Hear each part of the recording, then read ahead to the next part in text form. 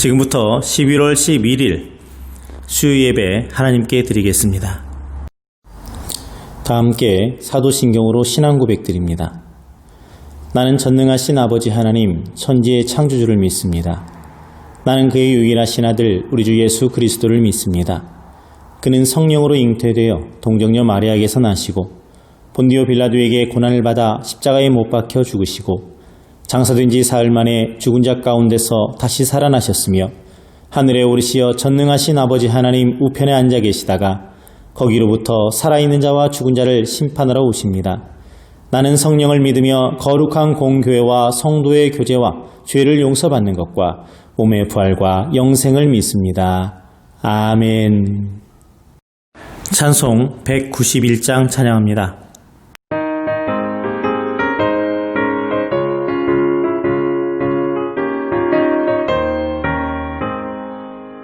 내가 매일 기쁘게 주의 얘기를 나는 주의 팔에 나를 안보하며 내가 주의 큰 복을 받는 참된 비결은 주의 영이 함께함이라.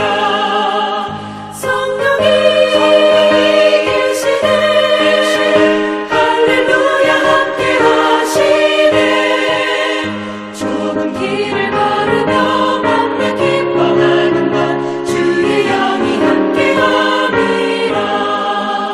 저는 죄에 빠져서 평안함이 없을 때 예수 십자가의 공로 힘입어 그 발 아래 엎드려 참된 평화 얻음은 주의 영이 함께함이라.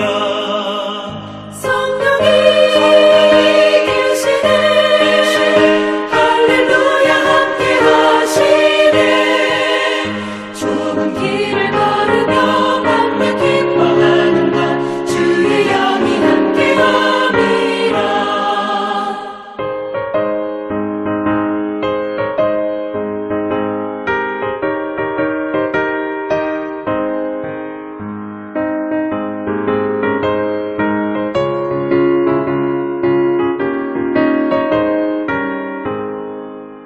나와 동행하시고 모든 염려하시니 나는 숲의 새와 같이 기쁘다. 내가 기쁜 마음으로 주의 뜻을 행하는 주의 영이 함께함이라.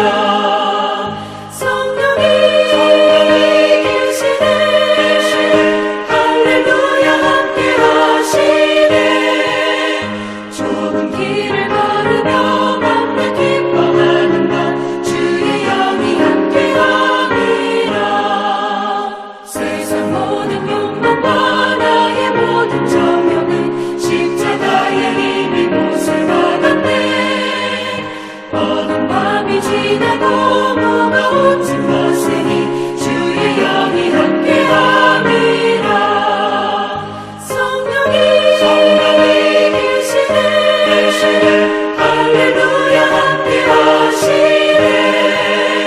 좁은 길을 걸으며 맘에 기뻐하는 것 주의 영이 함께함이라.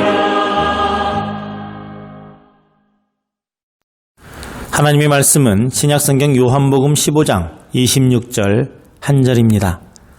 함께 봉독합니다.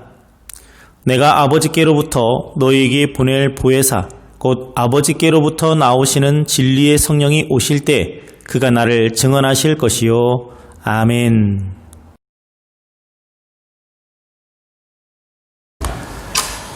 할렐루야. 오늘은 성령님은 어떤 분인가 하는 것을 주제로 말씀을 나눠보고자 합니다. 우리가 하나님, 예수님 하면 머릿속에 적당한 이미지들이 떠오르죠. 제가 예전에 첫 시간에도 말씀드렸듯이 하나님 하면은 왠지 산신령 같은 또는 높은 하늘이나 우주, 높은 산꼭대기, 산신령 그런 분위기가 나는 이미지가 떠오르는 것이 하나님이고, 예수님 하면 우리가 성화나 이미지 같은 그런 사진에서 보듯이 잘생긴 얼굴에 긴 머리카락, 인자한 표정의 모습이 예수님으로 우리가 떠오르는 것이 일반적입니다. 실제 그런지 아닌지는 사실 모르죠. 하지만 하나님은 영이시기 때문에 우리가 볼 수 없어요. 만질 수도 없습니다. 우리가 그분을 느낄 수만 있고 음성을 들을 수는 있습니다. 그런데 오늘 주제인 성령님에 대해서는 우리는 적당한 이미지가 떠오르지 않습니다. 성령님은 어떤 눈에 보여지는 존재가 아니에요. 영적인 존재입니다. 그러니 하나님처럼 우리가 확인할 수 있고 증명할 수 있는 부분들에 어느 정도의 한계가 분명히 있습니다. 교회를 다니는 사람들은 하나님과 예수님에 대해서는 어느 정도 상식적인 것을 가지고 있지만 성령님에 대해서는 좀 막연하다 하는 그러한 생각들을 가지고 있습니다. 그냥 교회에서 목사님이 또는 성경에 성령을 언급하니까 그러는가 보다 하는 선에서 머무르는 경우가 많습니다. 자, 과연 성령님은 어떤 분일까요? 먼저 성령님은 하나님의 영입니다. 홀리 스피릿, 거룩한 영이에요. 요한복음 15장 26절에 보게 되면 내가 아버지께로부터 너에게 보내려는 보혜사 곧 아버지로부터 오는 진리의 영이 오시면 그 영이 나를 증언하실 것이다 라고 말씀합니다. 성령님이 우리 안에 오시면 우리가 하나님을 알고 예수님을 알게 된다는 거예요. 성령은 하나님과 예수 그리스도와 동일한 본질을 가지신 하나님의 영이십니다. 하지만 성령을 단순한 하나님의 능력이나 활동력 정도로 생각하면 안 됩니다. 마치 여기 보여지는 제가 어떤 힘이 있거나 재주가 있거나 능력이 있을 때 그것을 저게 바로 그 정설량이라고 하는 사람의 어떤 특별한 영적인 거구나 이렇게 봐서는 안 된다는 거예요. 성령님은 지, 정, 의를 골고루 갖추신 인격체이십니다. 하나님은 아버지 하나님이라고 우리가 부릅니다. 그리고 예수님은 성자 하나님, 바로 예수님이라는 존재를 우리는 그렇게 알고 있는데 하나님과 예수님과 성령님 이 세 분은 각각 따로따로 존재하는 동시에 그 성품과 의지와 능력에 있어서는 본질적으로 하나로 일치가 됩니다. 이것을 기독교 신앙 용어에서는 삼위일체라고 말합니다. 이건 기독교 교리 중에서도 가장 신비로우며 말로 설명되지 않는 부분이에요. 수많은 사람들이 삼위일체란 이런 것이다. 하나님과 예수님과 성령님은 하나이시다 하는 것을 논리적으로 설명하기 위해서 여러 가지 비유들, 예들을 끌어다 씁니다만은 대부분 다 적절치 않습니다. 그냥 쉽게 생각하면은 하나님은 한 분이시지만 아버지시기도 하고 아들 예수님이시기도 하고 성령 하나님이시기도 하다. 본질은 하나다. 그냥 이렇게 우리가 정의할 수 있을 정도만 돼도 훌륭한 것입니다. 오늘의 주인공인 성령님도 바로 이 삼위일체 중에 한 분이세요. 예수님께서는 십자가에 달리시기 전에 제자들에게 자기가 하나님께로 갈 것이다 하고 예고하면서 그들을 보살피고 도우실 또 다른 보혜사를 보내시겠다 하고 약속을 하셨습니다. 보혜사라는 것은 의도를 가지고 계획하고 사력 있고 분별력 있는 변호사, 상담자, 조력자란 뜻을 가지고 있습니다. 옆에서 도와주시는 분이라는 의미를 가지고 있어요. 예수님께서는 자기 대신 성령을 보내주시겠다 이렇게 사람들에게 약속을 하셨습니다. 그럼 성령님은 어떤 일을 하는 걸까요? 먼저 성령님은 우리가 하나님을 인식할 수 있도록 깨달을 수 있도록 도와주시는 분입니다. 요한복음 14장 26절에 내 이름으로 보내실 성령께서 너희에게 모든 것을 가르쳐 주시고 라고 하였습니다. 우리 사람의 맨 눈으로는 박테리아를 볼 수가 없습니다. 제가 다초점 렌즈를 가지고 있는데 이 아랫부분에 해당되는 돋보기로 이렇게 쳐다보고 제 손을 쳐다봐도 박테리아는 보이지 않아요. 돋보기를 들이대도 보이지 않는 게 있습니다. 사람 맨눈 가지고 박테리아 볼 수 없죠. 세균 볼 수 없죠. 우리가 귀가 청력이 아무리 좋다 해도 지구가 자전하는 소리를 들을 수가 없습니다. 인간의 능력에는 한계가 있기 때문입니다. 그럼에도 불구하고 우리는 지구가 돌고 있다고 믿고 있고 내 손에 박테리아 세균이 있다고 믿고 있어요. 과학적으로 증명된 사실이기 때문에 내가 굳이 확인하지 않아도 그렇구나라고 생각을 합니다. 우리는 하나님을 본 적이 없습니다. 만져본 사람은 더더욱 없어요. 사실 우리로서는 하나님이 계시다는 것을 믿기 힘든 게 사실입니다. 우리의 이성은 합리적이고 과학적인 것이 아니면 잘 납득하지 못하기 때문이에요. 내가 그렇구나라고 깨닫지 않는 이상은 우리는 아닐걸, 그럴 리가, 설마, 에이 하면서 무시를 합니다. 인간의 최고 감각기관인 우리의 이성도 능력의 한계가 있는 게 분명합니다. 내가 겪어보지 않으면, 내가 확인하지 않으면 잘 믿으려고 하지 않아요. 하나님은 초월적인 분이십니다. 쉽게 말해서 우리와 다른 차원의 존재예요. 사람들은 하나님의 존재를 규명해 보려고 명상이나 고행이나 참선 등 많은 종교적 노력을 해왔습니다. 그러나 어떤 신비한 경험을 할 수 있을지는 몰라도 하나님을 완전히 이해하거나 경험할 수는 없습니다. 인간의 인식에는 뛰어넘을 수 없는 한계가 있기 때문에 그렇습니다. 사람에게는 오감이 있죠. 근데 거기에 하나를 더 넣어서 육감이라고 표현을 하는 게 있습니다. 식스센스라고 흔히 말을 하죠. 우리가 가지고 있는 그 오감과 육감 등을 가지고 하나님을 인식할 수 있는 것은 불가능합니다. 그냥 6번째 감각으로 그럴 수도 있겠다라고 할 정도죠. 우리는 세상의 영을 받은 것이 아니라 하나님께로부터 온 영을 받았습니다.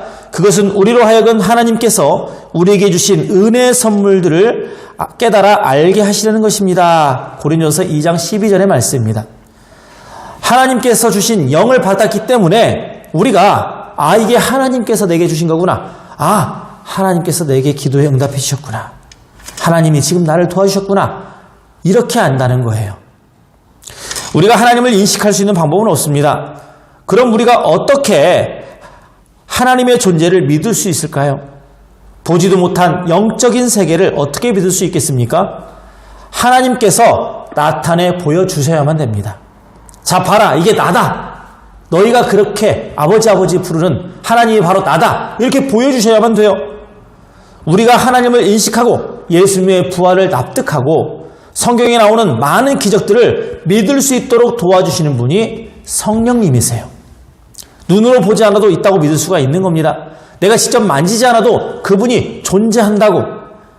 내가 예수님의 무덤에 가보지도 않고 예수님의 부활을 직접 경험하지 못했어도 예수님이 부활해서 승천해서 하나님 보좌 우편에 앉아 계시구나 믿게끔 해주는, 그것을 도와주시는 분이 바로 성령님입니다.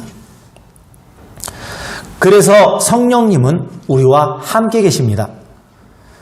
요한복음 14장 17절에 보면 성령은 우리와 함께 계시고 또한 우리 안에 계시면서 우리의 삶을 보살피고 하나님의 뜻을 행하십니다 라고 말씀합니다. 성령은 진리의 영이에요.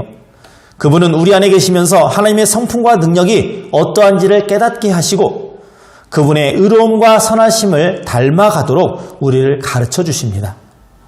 성령은 우리가 진리의 길로 행할 수 있도록 늘 일깨워 주시고 우리의 믿음이 성장할 수 있도록 도우시는 분입니다.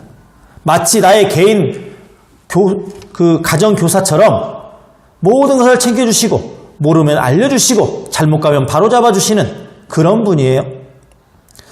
성령님은 영적인 분이시기 때문에 영이신 하나님을 가장 잘 아는 분입니다. 뿐만 아니라 우리 속에 내 영의 사정까지도 잘 아시는 분이에요. 사람에게는 영혼이라는 영적인 부분이 있습니다. 우리가 연약해서 뭐라 기도해야 될지 모르는 그때에도 성령님께서 우리 속에서 말할 수 없는 탄식으로 우리를 위해서 대신 간구해 주신다 하고 로마서 8장에는 말씀하고 있습니다. 기도가 유창해야 잘하는 게 아니에요. 쉬지 않고 어마어마한 미사여구나 그런 기도적 용어를 쏟아내야 기도를 잘하는 게 아닙니다. 내 안에 계신 성령님이 다 알아서 대신 기도해 주세요. 내가 뭘 해야 될지 모를 때. 예수님을 구주로 믿은 사람은 모두 성령으로 거듭난 사람들입니다. 우리는 모두 다 성령을 모시고 사는 사람이에요. 따라서 성도의 몸은 하나님이 계시는 거룩한 곳입니다. 고린도전서 3장 16절 17절에 보면 성령은 우리가 깨끗하고 거룩한 삶을 살기를 원하십니다. 음란한 습관이나 무절제하고 부도덕한 생활은 성령을 근심하게 합니다 라고 말씀합니다. 내 안에 계신 하나님이 성령님이세요. 그 성령님을 근심하게 한탄하게 만드는 방법은 내가 무절제하게 사는 거예요. 내가 바로 거룩하지 못하게 사는 방법입니다. 내 몸이니까 내 맘대로 하지 뭐. 하지만 내 안에 계신 분이 누구라고요? 성령 하나님이십니다. 자, 성령님은 그처럼 우리와 함께 계시면서 우리를 도와주시는 분입니다. 근데 우리가 성령을 공부할 때 꼭 알아야 될 것이 성령의 은사와 성령의 열매입니다.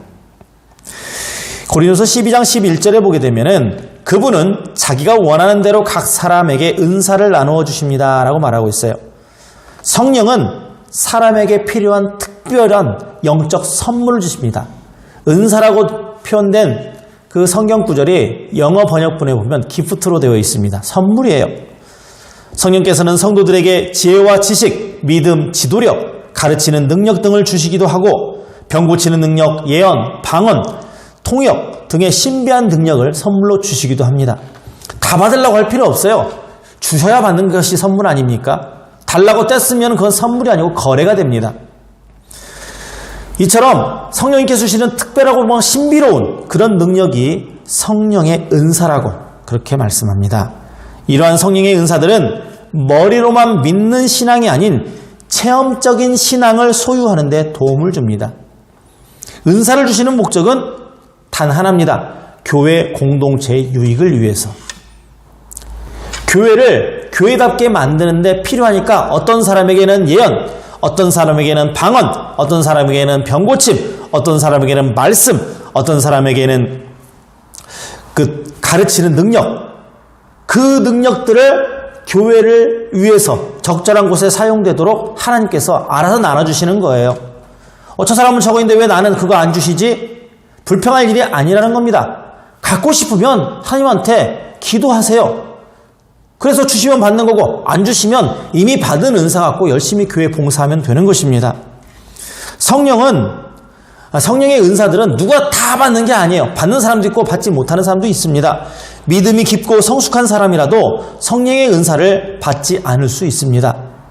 은사는 하나님의 뜻에 따라 주어지는 것이기 때문이에요. 따라서 성령의 은사를 신앙의 우열을 가리는 척도로 생각하는 사고방식은 옳지가 않습니다. 이러한 은사들은 든든한 말씀의 기반 위에 신중하고 올바로 사용되어져야 합니다. 이미 잘 생각해보면 받은 은사들이 있어요. 그 은사 가지고 열심히 하면 되고 남이 가지고 있는 거 부러워할 필요 없어요. 나는 방언 정말 신비하고 놀라운데 나도 예언 같은 거 했으면 좋겠는데 저 사람은 어떻게 방언을 하는데 그걸 다 통역을 하지? 저게 무슨 소리인지 어떻게 다 알아듣지? 나도 저거 갖고 싶다. 그런 생각하지 마시고 내가 있는 자리에서 내가 받은 은사 가지고 열심히 봉사하시면 필요하면 하나님이 주시는 거예요.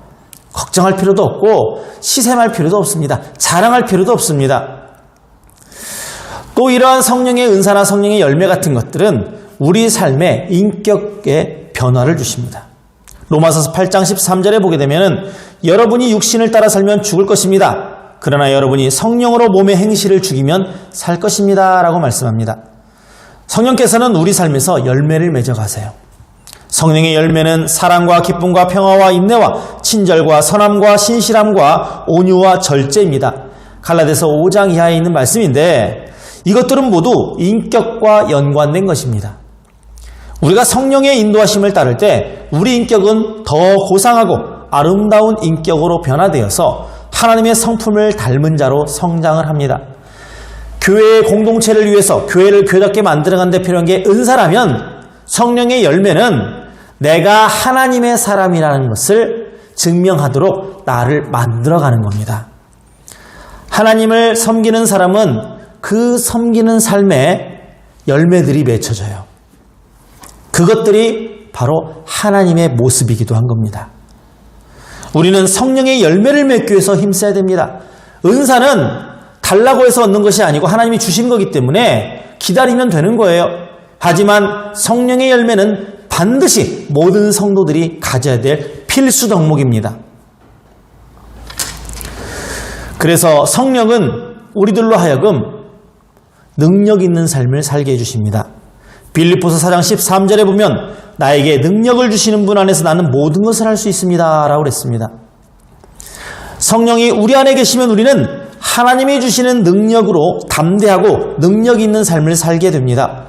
예수님의 제자였던 베드로는 예수님이 십자가에 죽을 때 달아나 버린 겁쟁이였지만 그가 성령 충만을 받은 후에는 용기 있게 예수님의 부활을 증언하는 전도자의 삶을 살게 되었습니다.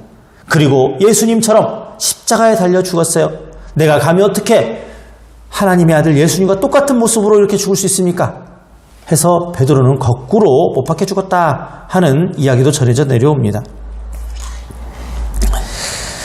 성령이 우리 삶에 개입하시고 우리의 인격을 온전히 주관하시는 상태, 성령과 온전히 동행하는 상태를 성령 충만이라고 표현합니다. 내가 주인이 아니라 성령님이 주인인 상태, 내가 하는 말이 아니라 내 안에 계신 성령님께서 해주시는 은혜로운 말씀, 덕스러운 말씀, 생명을 살리는 말씀, 이게 바로 성령 충만한 상태예요.